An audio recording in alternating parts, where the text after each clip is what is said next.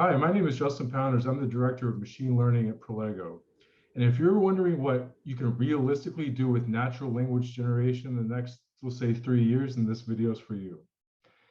Natural language generation is the ability to automatically generate text. And hopefully that text is coherent, logical, and conforms to the rules of grammar and spelling. But more importantly, that text should be what you want it to say. And that's a tall order. And that's why natural language generation, or NLG, is still a nascent area in contrast with other areas of NLP, like text classification and entity extraction. Even the best models, like GPT-3, aren't yet at a level of maturity to be deployed within business. So in this video, I'll share what I've recommended to clients who are interested in exploring NLG. I'll start with a 3-year vision, and then back up from there, explaining the individual components that need to be developed to realize that vision.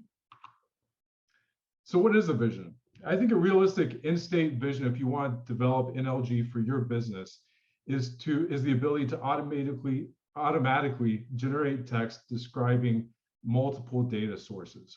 So specifically, the ability to take text documents, a knowledge graph, or tabular data, and summarize that data in the form of text. I'll show examples of this summarization in a moment, but for now, let's start with why now. And quite simply, it's transformers. You probably know that transformers have been revolutionizing NLP in the last 2 to 3 years. NLG is no different, but NLG, or natural language generation, is harder than its cousins like text classification and entity extraction. So it's a little bit slower in benefiting from the technology that transformers have brought to the table.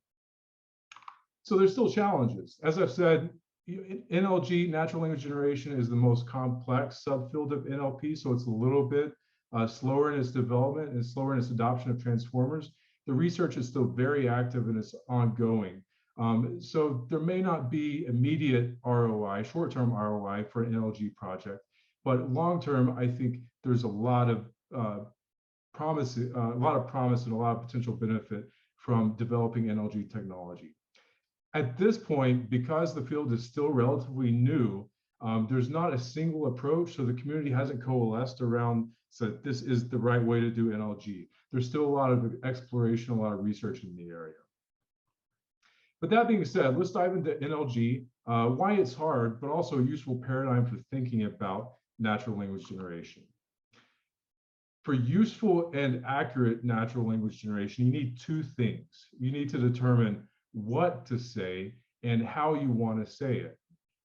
So starting with the what you want to say, you could almost say this is what does your data want to say? What do you want to summarize out of data when you're generating text to summarize that data? And this may be context dependent. If I'm analyzing, let's say, restaurants in a certain market, I may want to summarize the cost of those restaurants, or I might want to focus on the cuisine that's being offered. So that's the first part, the first element that makes NLG hard, is that you have to develop, or you have to identify what it is you want to say in the data. And that's not too dissimilar from existing NLP techniques like classification, where you're trying to take a piece of data and assign it to a bucket that represents what that data contains. But NLG doesn't stop there, of course. So once you've identified what it is you want to say, now you need a separate component within your model to determine how to say that. So what words should be written? What is the tone or the style of the text that you want to generate? Once you have text, you need to also evaluate how accurate is the text, because you can't just say anything. You want to make sure that the text you're generating actually matches what you want to say from the data. So these 2 aspects of NLG have corresponding components in nearly all NLG methodologies when we're talking about developing models. That first problem of what you want to say is handled by something called an encoder. For the sake of the video today, I'm going to just call that a learner, because I think that's a little bit, perhaps more of an intuitive way to think about that part of the model. That learner is learning what you want to say out of your raw source input data. The second component is often called a decoder, but you can think of that as the writer. That's once you've identified what you want to say out of your data, how do you turn that into text on the screen? So there's both of these components that have to be addressed within a successful natural language generation model. So on this slide, there's a cartoon showing what needs to happen to go from raw data in the form of one or more text documents, a knowledge graph, or tabular data, all the way through to summarization, which is depicted here on the right as the text. That's the output. The learner, as I mentioned in the previous slide, is what transforms the raw input into a numerical representation. Okay, so that numerical representation that the learner generates, it's a high dimensional vector in some mathematical vector space. And so we can't consume that directly. That's why you need the other piece of the writer that can take that raw numerical representation and turn it into something that's consumable by a human.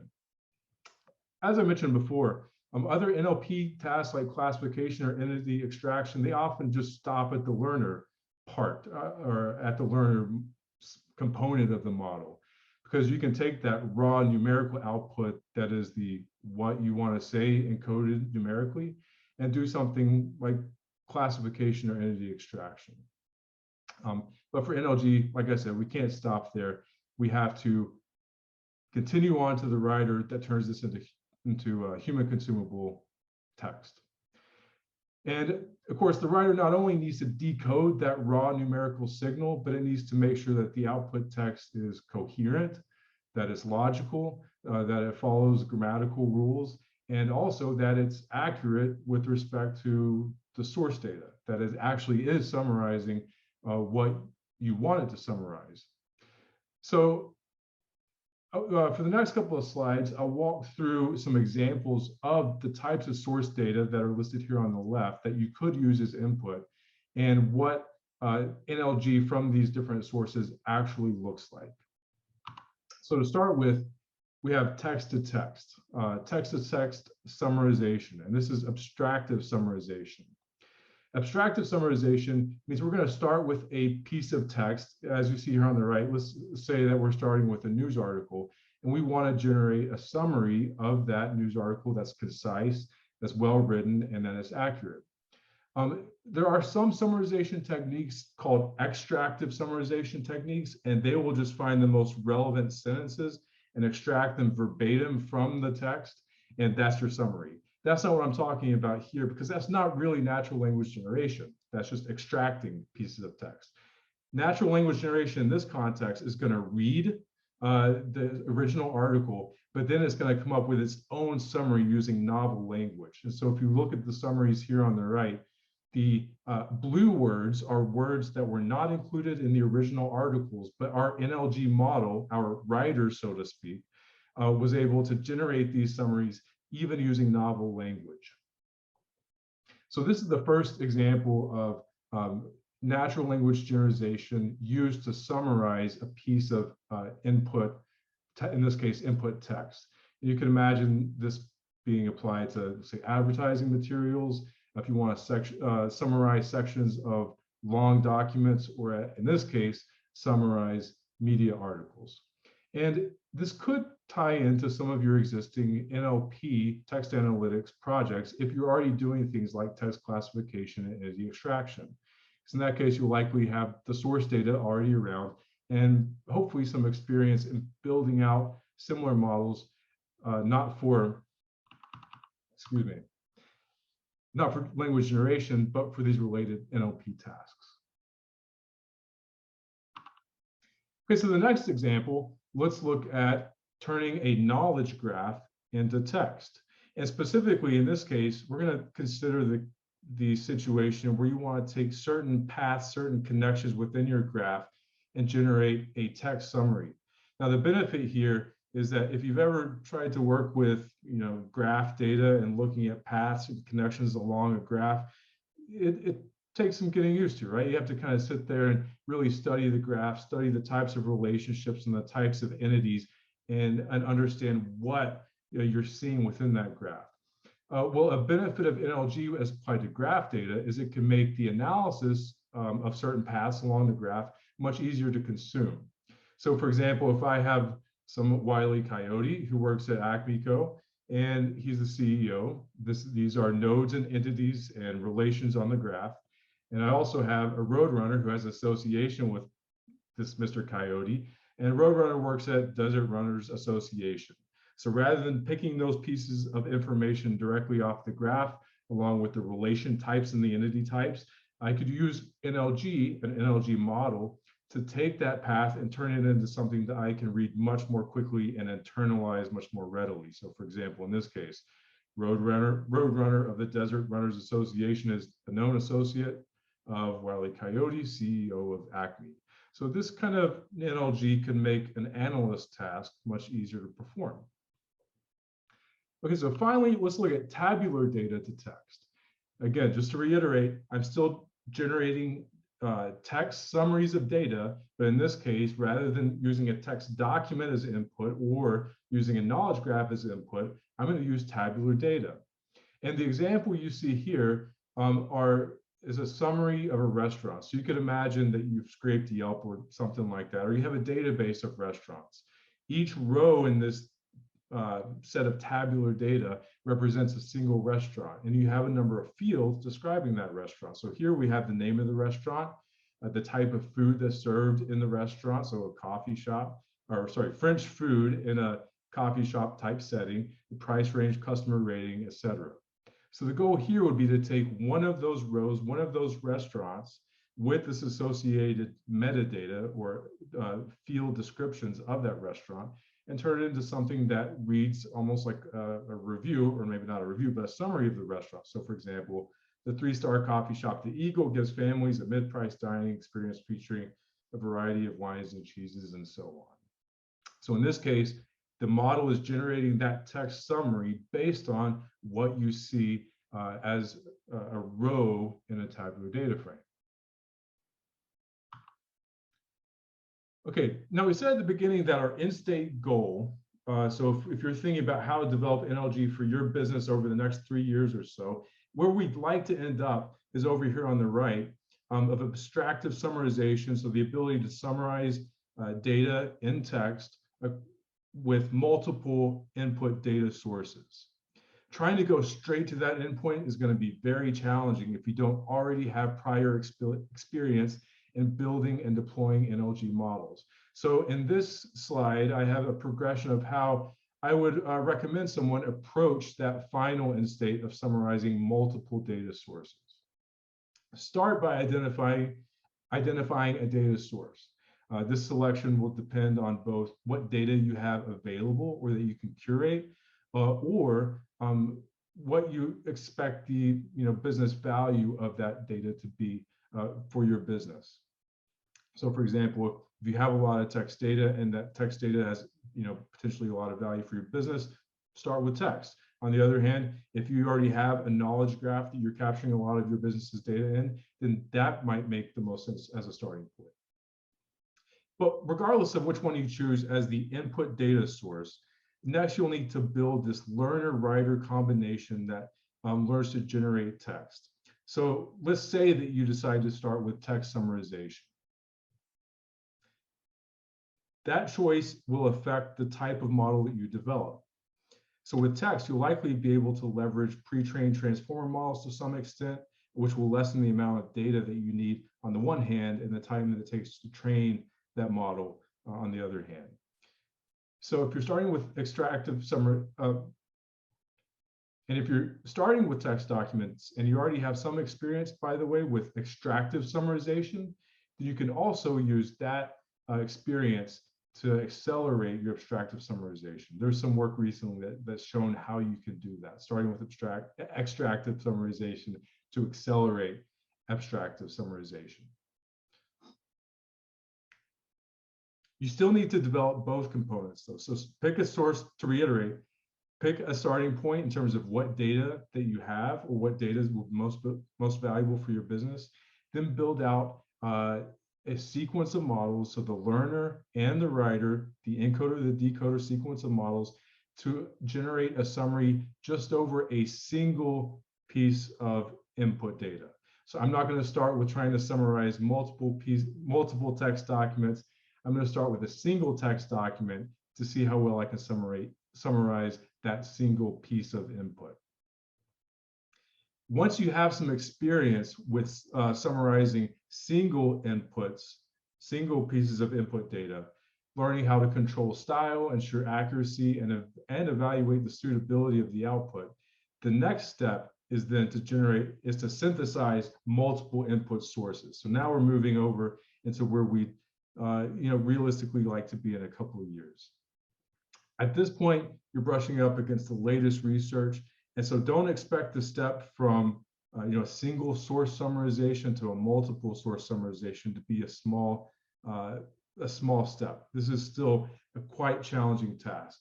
As an example of what this might look like, still continuing with the example of using text documents, kind of the state of the art where we are now in terms of the ability to summarize multiple text documents. There's a data set called, I believe it's called WikiSum. And the idea is if you start with a Wikipedia article, and let's say that you want to build a model, given all of the sources for that Wikipedia article, you'd like to have an algorithm automatically generate that Wikipedia article. That is what this last area, kind of our in-state vision, is reaching toward. That's still very challenging.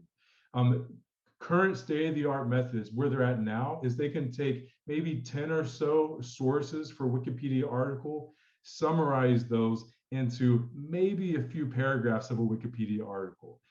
Just to share where the current state-of-the-art really is, it's not going to be writing multiple pages of Wikipedia articles, but we're just now getting to the ability where we can take, let's say, 10 or so source documents and summarize them into a couple of paragraphs. So think of the introduction of Wikipedia article is kind of where the state of the art is now.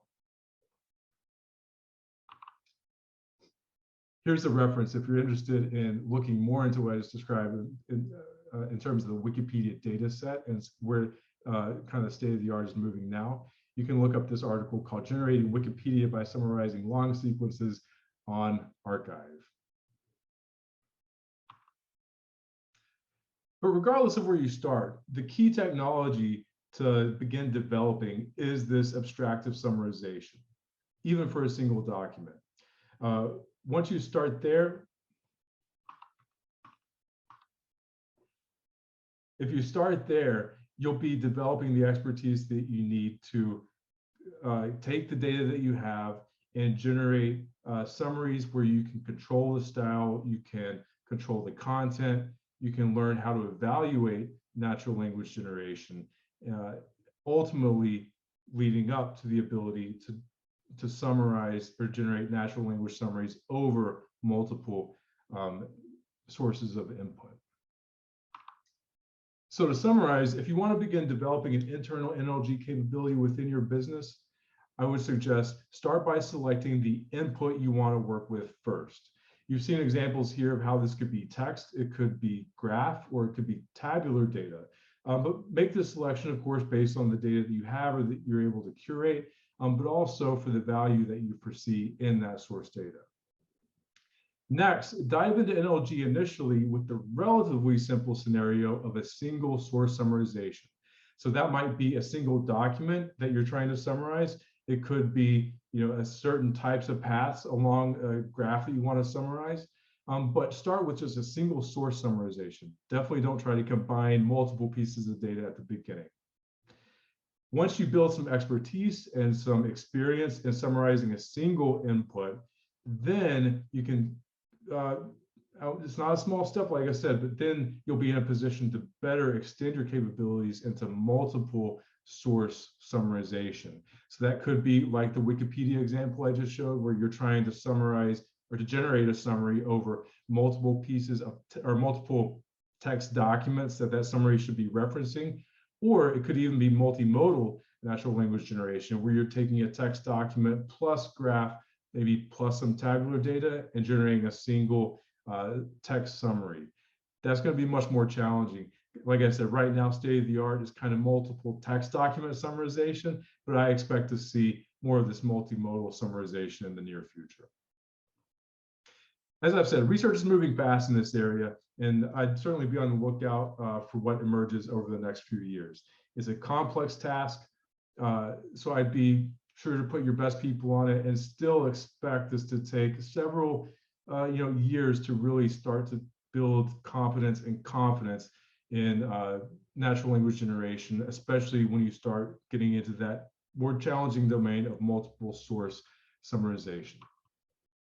But if nothing else, I hope what I've shared today provides a conceptual framework for thinking about NLG, learning what you want to say and how to say it, and also a possible path forward if you're interested in developing your own capability in this space. So that's all for now. Let me know if you have any thoughts in the comments below. Hope you have a great day.